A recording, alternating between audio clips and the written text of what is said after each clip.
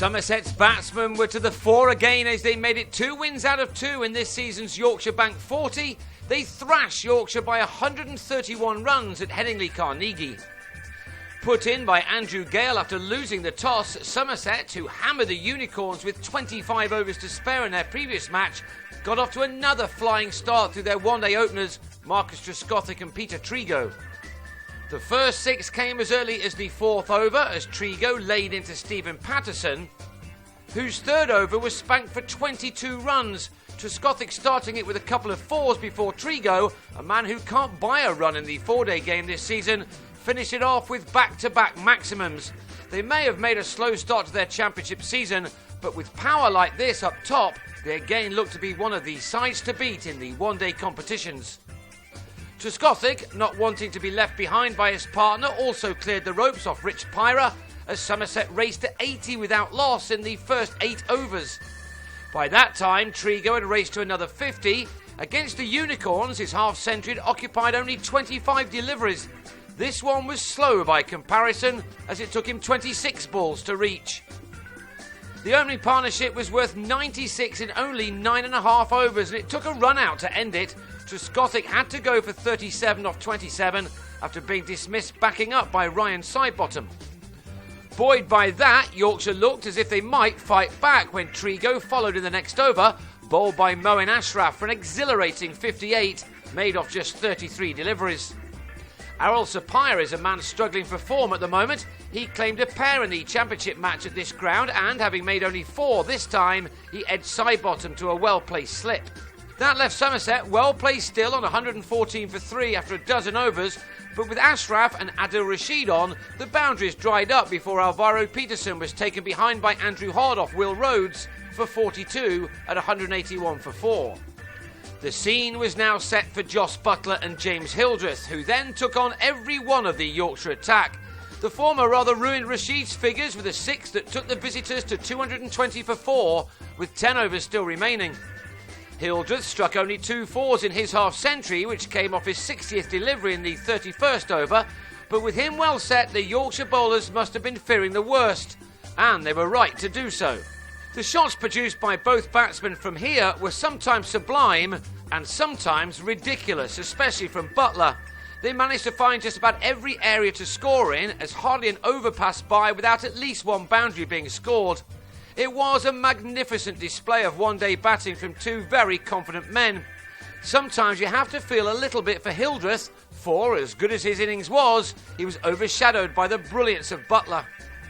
Back-to-back 4s in over number 36 took Butler to a fantastic 50. It required only 38 balls for his and had struck 5 4s and 2 maximums. But this was just the hors d'oeuvre as Somerset now went berserk, smashing an incredible 77 runs off the final 5 overs. At times it was brutal stuff from this pair, and at others it was just amazing. Sidebottom has seen a lot of things in his long career, but he can't have been treated like this too many times before. His 7th over was hit for 17 runs, Butler finishing it off with his 3rd 6.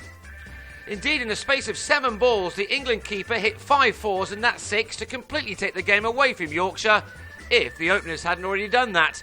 England will look for Butler to do something similar in next month's ICC Champions Trophy. If he does stuff like this, then he will no doubt be one of the stars of the tournament. He hadn't finished yet either. By the start of the 39th over, the youngster moved to 89 off only 50 deliveries. His last 36 runs had come off just 12. It was a perfect batting performance. The only thing he missed out on was his 100. He went for another big hit off Sidebottom, but for once didn't clear the ropes and was caught by Rhodes for a brilliant 89. Hildreth then finished off the innings by taking another 20 runs off the final over, including 2 4s and another 6.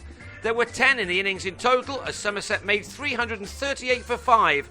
Hildreth unlucky to finish only 4 short of his 100. It was a mammoth task ahead for Yorkshire, made even bigger when Pyra took on Trigo but failed to find the middle of his bat and was held by Max Waller. Of course, none of the top order had any time to play themselves in. Gale had a go and middled Trigo into the distance, but he was soon out for a runner ball 28, Steve Kirby getting one past him to clip his off stump. The Vikings were heading for a second successive defeat when Phil Jakes edged a wide ball behind to Butler, a wicket which left them on 64 for 3 in the 9th over. The home side hadn't completely given up yet, however, and both Adam Lyth and Gary Ballance played some great shots on what was a stunning batting wicket in Leeds, ideal for the short form of the game. These two left-handers were enjoying it almost as much as Butler, Trigo and co, and they were giving their team the slimmest of chances to pull off one of the great victories in the history of this 40-over competition. Lyth joined in the six-hitting fun in what was a great day for the spectators. They'd been entertained royally. What the majority would have hoped for was a close finish, but any chance of that disappeared when Lyth, on 39, lofted a shot off Alfonso Thomas out to Peterson, who judged the catch very well.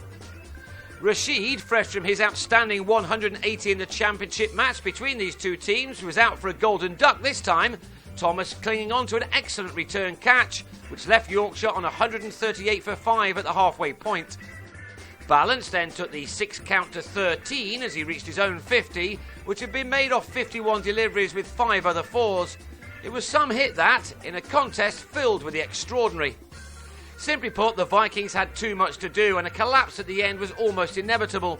Hodge fell for 15 and was swiftly followed by Ballance, who got a tickle through to Butler after making 60 off 57 balls.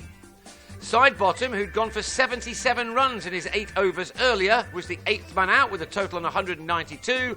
He had to take on Jamie Overton's throw from the deep, but was well short of his ground when it was returned with both power and accuracy. Rhodes was then taken in the deep by Trescothick off the bowling of Craig Mishady, who finished off the game in the 30th over as Patterson swung him out to Lewis Gregory. Yorkshire were all out with 10 overs remaining for 207. It was a magnificent showing from Somerset, who were flying in this competition with 2 astonishingly easy wins. This one was by 131 runs. They will now look for the same when they take on Middlesex back in front of their own supporters next Sunday. Yorkshire head to Birmingham for their next 4-day match starting on Wednesday.